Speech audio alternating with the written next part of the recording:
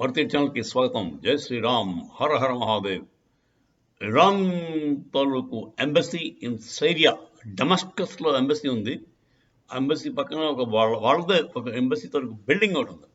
ఆ బిల్డింగ్ అంటే ఎంబసీ కాకుండా పక్కన ఇంకో బిల్డింగ్. ఆ బిల్డింగ్లో టెర్రరిస్టులు దాగి ఉన్నారని చెప్పి ఇన్ఫర్మేషన్ వచ్చిన తర్వాత ఇజ్రాయెల్ ఆ బిల్డింగ్ని ఎయిర్ స్ట్రైక్ చేసి దాన్ని డిమాలిష్ చేసి, దాంతో ఆ టెర్రరిస్టులు పోయే ఉంటారు. దాంతో ఇరాన్కి కోపం వచ్చింది. ఎందుకంటే దాని ఎంబసీ అంటే యాజ్ గుడ్ ఎస్ దాని సొంత స్థావరం మీద అటాక్ చేసినట్టే, అంటే ఇరాన్ మీద అటాక్ చేసినట్టే. ఒక ఎంబసీ ఇంకే దేశంలో ఉన్నా కూడా ఆ ఏరియా అంతా కూడా ఆ దేశానిదే అన్నట్టుగా భావిస్తారు. అంటే మొన్న ఇంగ్లాండ్లో మన ఇండియన్ ఎంబసీ మీద అటాక్ జరిగినప్పుడు మన వాళ్ళు అదే చెప్పారు, it's attack on India. So ఈ పరిస్థితుల్లో ఇరాన్ వాళ్ళు రిటాలియేషన్ కింద ఇజ్రాయెల్ మీద విరుచుకు పడతారని అందరూ ఎక్స్పెక్ట్ చేశారు. అది కానీ జరుగుంటే మేజర్ వార్ సిచ్యుయేషన్ వచ్చేసేది, ఇంచుమించు థర్డ్ వరల్డ్ వార్ స్టార్ట్ అన్నట్టుగా అనుకున్నాం.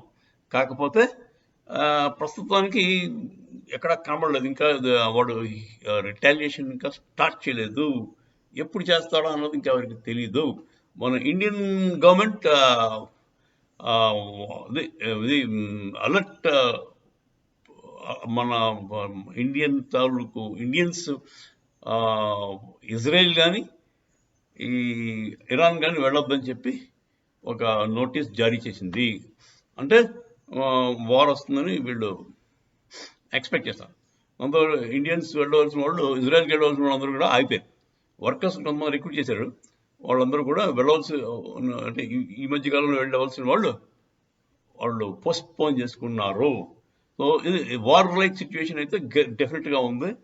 ఇరాన్ రిటాలియేషన్కి రెడీగా ఉంది. ఇరాన్ దగ్గర అంటే war heads, nuclear war heads కూడా ఉన్నట్లు అనుమానం. వాడేమో 400 minutesలోనో 400 secondsలోనే ఇజ్రాయెల్ స్మాష్ చేసేస్తానని చెప్పి అంటున్నాడు. అంటే అది that is only possible through nuclear war heads. So Iran దగ్గర బ్యాలిస్టిక్ మిసైల్స్ ఉన్నాయి. డైరెక్ట్గా ఇక్కడి నుంచి ఇజ్రాయెల్ అటాక్ చేసే కెపాసిటీ ఉంది. తర్వాత ఇజ్రాయెల్ కూడా వాళ్ళ డోమ్స్ ఉంటాయి కదా, మెటాలిక్ డోమ్స్ అంటారు వాళ్ళు. అంటే మిసైల్ వచ్చేదాన్ని ఇంటర్సెప్ట్ చేసి వీడి దగ్గర నుంచి ఒక మిసైల్ అంటే అంత మధ్యలో దాన్ని ఇంటర్సెప్ట్ చేసి కొడేస్తామంట. ఆ టైప్ ఆఫ్ మెకానిజం వాళ్ళు కూడా రెడీగా ఆన్ చేసి పెట్టుకుని ఉన్నారు. అదండి, వార్ లైక్ సిచ్యువేషన్ అయితే డెఫినెట్గా ఉంది. అండ్ ఇరాన్ కరెక్ట్గా నిజంగా కానీ రిటాలియేషన్ చేస్తే అది మొత్తం అందరూ ఇన్వాల్వ్ అయ్యే అవసరం ఉంటుంది. ఎందుకంటే ఇరాన్కి సపోర్టు రష్యా ఉండొచ్చు, చైనా కూడా అడుగుతున్నాడు support. China, Pakistan, Russia, Turkey అన్నీ కూడా ఇరాన్ వైపు ఉంటాయి.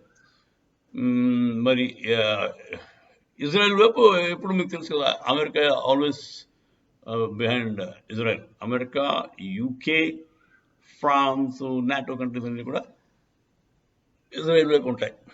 So whole thing can escalate to a third world war. Let us see what happens. 2-3 రోజులు తెలిపోద్దండి ఏం జరగబోతుందో. మనకి 2 to 3 days, maximum 1 week will get to know. కాకపోతే ప్రస్తుతానికి అయితే చల్లబడినట్టే కనబడుతుంది. జై శ్రీరామ్, హర హర మహాదేవ్.